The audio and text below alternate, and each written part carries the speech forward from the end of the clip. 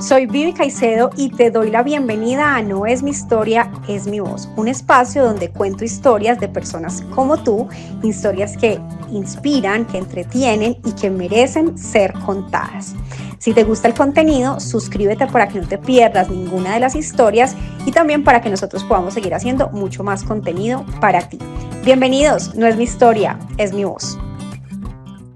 Bienvenidos al primer capítulo de No es mi historia, es mi voz, un espacio en el que yo pongo mi voz a disposición de aquellas personas que quieren contar una historia que necesitan que el mundo conozca, pero no se atreven a contarla con su rostro. Bienvenidos, no es mi historia, es mi voz.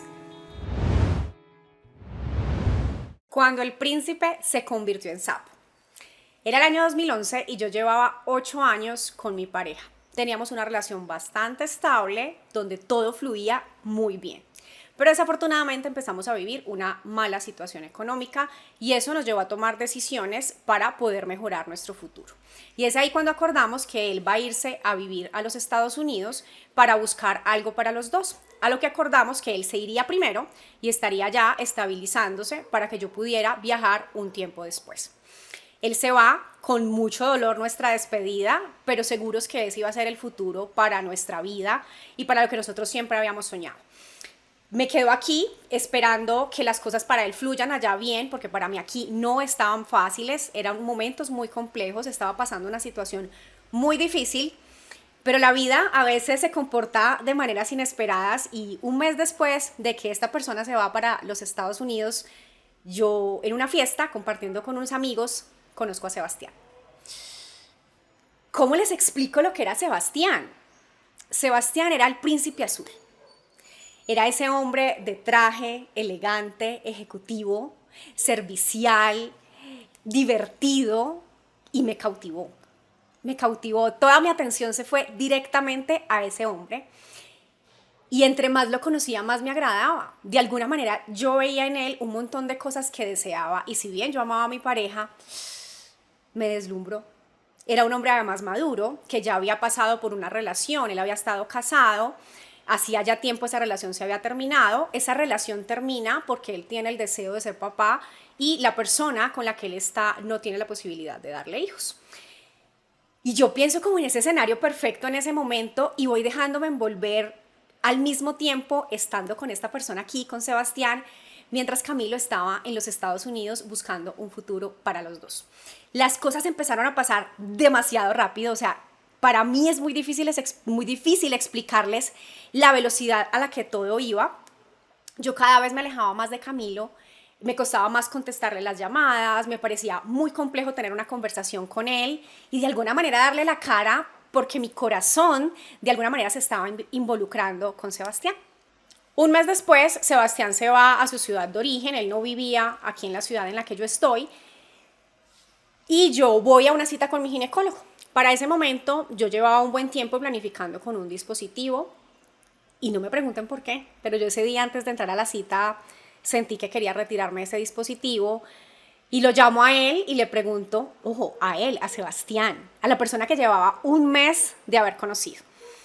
Y este hombre en una infinita tranquilidad, porque es un hombre bastante tranquilo, muy fresco, y más adelante van a entender en qué sentido, me dice que sí, que no se preocupe, que me quite ese dispositivo, que lo que sea que venga va a estar bien. Yo ingreso a esta cita con mi ginecólogo, me retiro el dispositivo y además mi ginecólogo me explica que por llevar tantos años planificando, pues lo que iba a pasar es que si yo llegara a tomar la decisión de embarazarme, me iba a demorar un tiempo porque el cuerpo iba a tardar en como sacar todo esto que le había puesto de forma sintética a través de la planificación. Pues me tranquilicé. Sebastián regresa de su ciudad, seguimos pasando unos días maravillosos y un día cualquiera estábamos compartiendo un fin de semana y yo empecé a sentirme mal. Yo me sentía incómoda, como que me pesaba, como que me dolía, como que algo estaba mal. Yo sentía que algo estaba diferente en mí y veníamos en el carro, yo le pido que pare en una droguería que voy a comprar una prueba de embarazo. Él se sorprende enormemente, pues creo que él no se esperaba eso, porque el malestar que yo estaba sintiendo no se lo había comunicado. Llegamos a mi casa, yo en ese momento vivía con mi mamá, Y aprovecho que mi mamá sale a la tienda a hacer un mandado y entro al baño y me hago la prueba de embarazo. ¿Cómo les describo yo cuando veo las 2 rayitas en esta prueba? Para mí el mundo se vino encima. Yo sentí como si se me hubiera descargado un balde de agua helada. Pasaron 1000 cosas por mi cabeza. ¿Cómo le voy a explicar esto a Camilo? Camilo se fue a los Estados Unidos a hacer una vida para nosotros. Y yo acabo de conocer a alguien más. Y ahora estoy embarazada. Pero además el contraste de esta situación, porque Sebastián saltaba de la felicidad y de la emoción, le desbordaba la emoción por los poros. Y yo era incapaz de procesar lo que estaba sucediendo. Entré en un estado de ira infinito que no les puedo ni siquiera explicar la rabia que yo sentía en ese momento. Y era la combinación de emociones, este vacío en el estómago y ¡juepucha! ¿Qué voy a hacer? Yo lo he hecho, yo no lo quiero ver, no puedo procesar esto. Y decido contarle a Camilo la verdad. Camilo me llama y en una conversación muy difícil, yo le cuento que quiero terminar la relación. Y él inmediatamente me dice, estás embarazada. Sin que yo siquiera le hubiera dicho que había otra persona. Él lo intuía, no tengo muy claro las razones por las que en su corazón había ese sentir, pero él lo sabía. Y yo con la vergüenza del mundo, pues tuve que aceptar que sí, que estaba embarazada.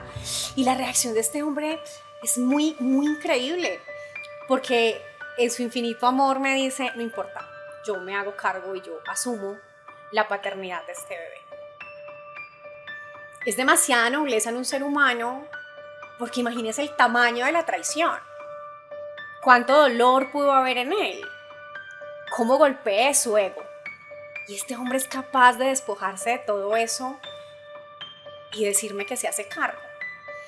Esto empieza a darme vueltas en la cabeza.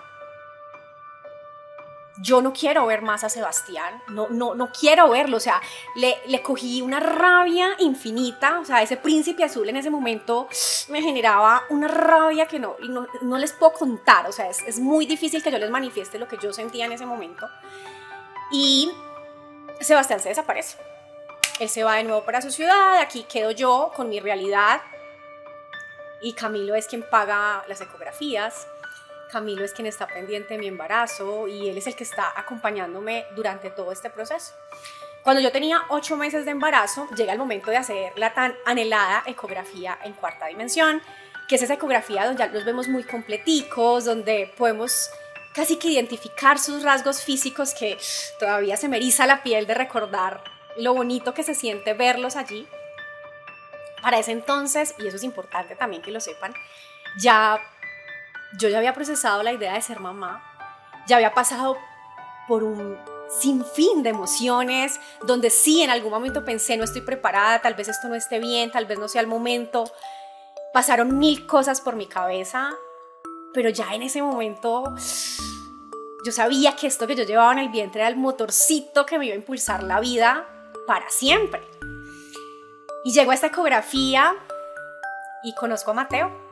Este bebé que llegó a mi vida de una manera muy rara, muy inesperada, pero mágico. Y cuando llego a la casa se me ocurre la fantástica idea de mandarle a Sebastián el video de la ecografía. Y esto despertó algo en él. Esto movió en él ese deseo de ser papá. Y recuerden que yo les había contado que una de las razones por las que su matrimonio terminó es porque él quería ser papá y no podía hacerlo porque esta mujer no podía darle hijos. Ese hombre me pregunta que si puede venir. Yo le digo que sí, él llega a mi casa. O sea, recuerden, yo ya tenía 8 meses, había pasado mucho tiempo donde yo había tenido que afrontar este embarazo sola, con la ayuda de Camilo desde la distancia. Cuando este hombre llega a mi casa, se me acerca, toca mi vientre y Mateo empieza a saltar. Mateo reacciona a una voz que nunca había escuchado, pero que era la voz de su papá. Y esto fue muy fuerte, muy fuerte para mí porque yo seguía odiándolo de muchas formas, pero también en mi corazón estaba el deseo de tener una familia y de tener un hogar y de hacer que Mateo llegara a un lugar que estuviera en buenas condiciones, una familia estable. Y pues allí en esa visita acordamos que vamos a intentar ser una familia. Él tiene que regresar a organizar algunas cosas en la ciudad donde él vivía, entonces yo me quedo acá y él me dice que consiga una casa para irme a vivir a esa casa. Su plan inicial es quedarse viviendo en esa ciudad y que yo tenga una casa donde cuando él quiera venir tenga un espacio y pueda llegar. Yo me pongo en la tarea, súper emocionada, es mi hogar, es mi casa, es mi hijo, encuentro un lugar que me gusta, que me siento cómoda, que está dentro del presupuesto que podemos pagar. Firmo el contrato de arrendamiento de este lugar y mi tío me hace el favor de ser el fiador. Pago el primer mes de arriendo, traigo las cosas de él para amoblar, porque pues yo acá no tenía nada, él trae las cosas para amoblarlas y se viene a vivir conmigo. Y así, de un momento a otro, en 3 días yo tenía casa, marido y mi hijo, porque Mateo decidió llegar a mi vida al otro día de la mudanza. Eso fue como que la vida se acomodó en un segundo. De alguna manera eso que siempre soñé pasó en 3 días. Yo le cuento a Camilo, le digo que quiero que tomemos distancia definitiva, que he tomado la decisión de hacer una familia con Sebastián y con Mateo y lo despacho para siempre de mi vida, confiando que este príncipe azul era la solución a todos mis problemas. Pues él nunca se fue para su casa nuevamente. Él vino acá al nacimiento de Mateo y se quedó a vivir acá, sin trabajar. Pero él tenía algunos negocios que me hacían pensar que él tenía con qué asumir. Él cada mes salía a pagar los gastos del arrendamiento y yo estaba tranquila, él se hacía cargo. Para mí sí era llamativo que él no trabajara, pero él asumía los gastos y estaba bien para mí. Y un día cualquiera él me cuenta que no le alcanzó para pagar el arriendo, que le faltaron 200,000 pesos. Habían transcurrido ya 12 meses desde que tomamos esa primera casa. Voy saliendo un día cualquiera de mi casa y me encuentro al dueño, a quien me la había alquilado. Y muy preocupada le digo que si Sebastián ya le pagó los 200,000 pesos que le había quedado debiendo. Y me dice, ¿de qué está hablando? ¿Cuáles 200,000? Pues es que él me dijo que había quedado debiendo 200,000 pesos. Quiero saber si ya le pagó esa plata. No, él me debe 10 meses de arrendamiento. Yo entro en shock porque el primer mes lo pagué yo, el segundo mes yo era independiente y yo cotizaba a la seguridad social como independiente, entonces me pagaron el valor de la licencia de maternidad y con ese dinero yo le presté para pagar el arriendo. Es decir, yo pagué el mes 1, el mes 2, estábamos en el mes 12 y debíamos 10. Este hombre jamás pagó un solo mes de arrendamiento. Se me viene el mundo encima, empiezo a pensar en mi tío, que además es el fiador, y en todo lo que estaba sucediendo alrededor de mí.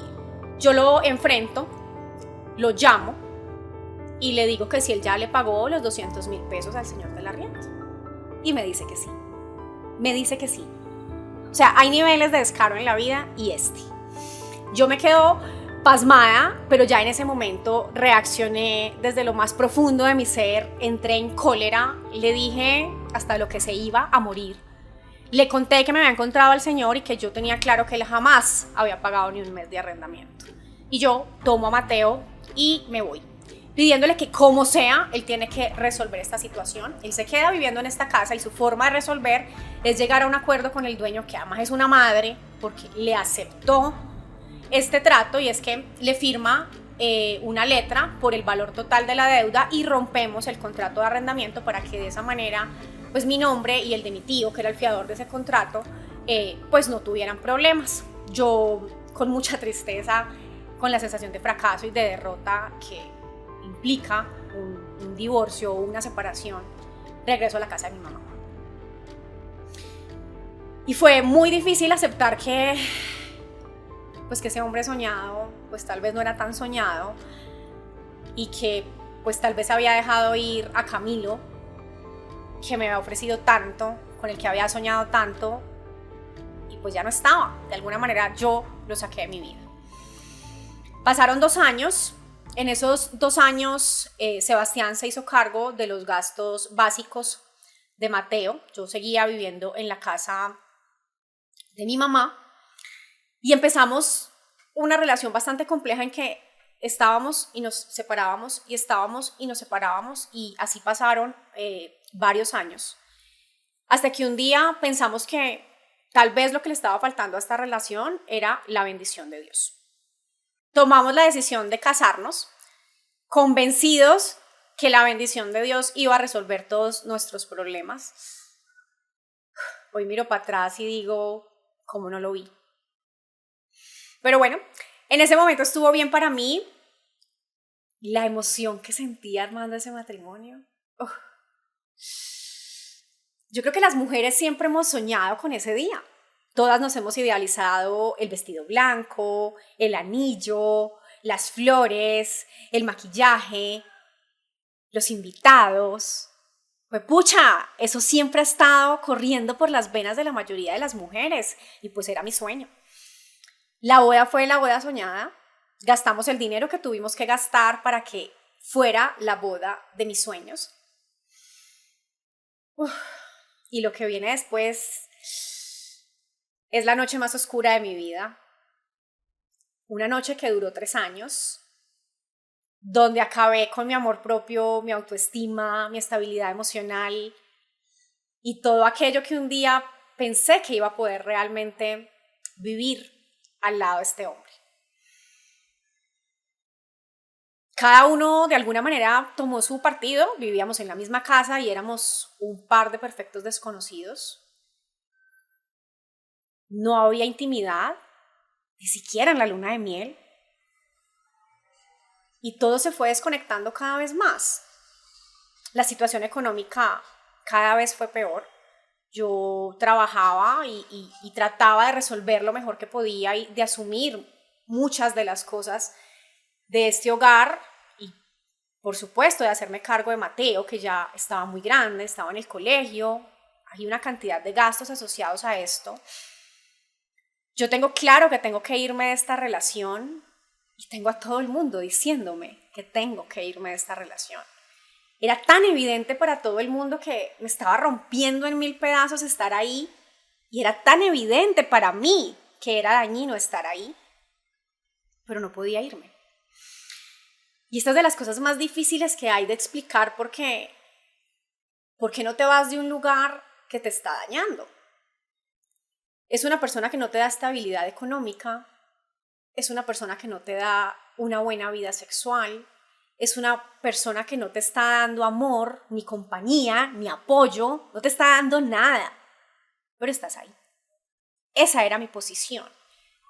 Y era tan difícil entenderla y saber cuál era la solución, pero no poder hacer nada. Hasta que un día se tiene que tocar fondo y entro en una situación muy difícil y me diagnostican con ansiedad y depresión. Un diagnóstico mixto de ansiedad y depresión, y me medican.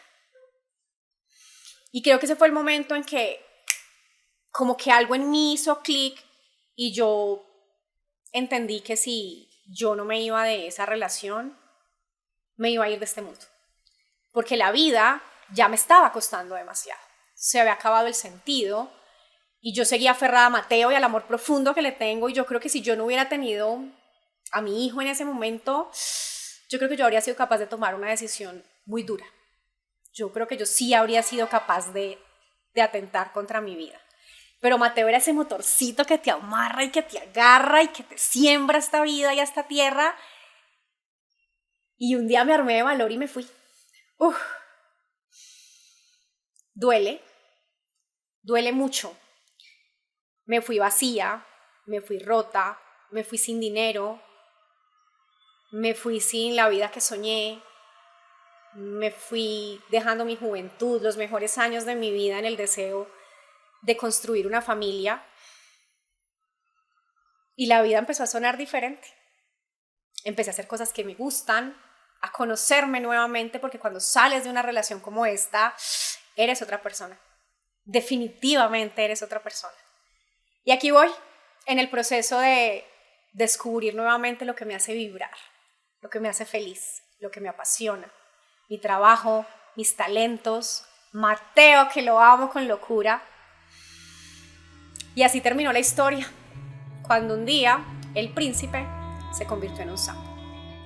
No es mi historia, es mi voz.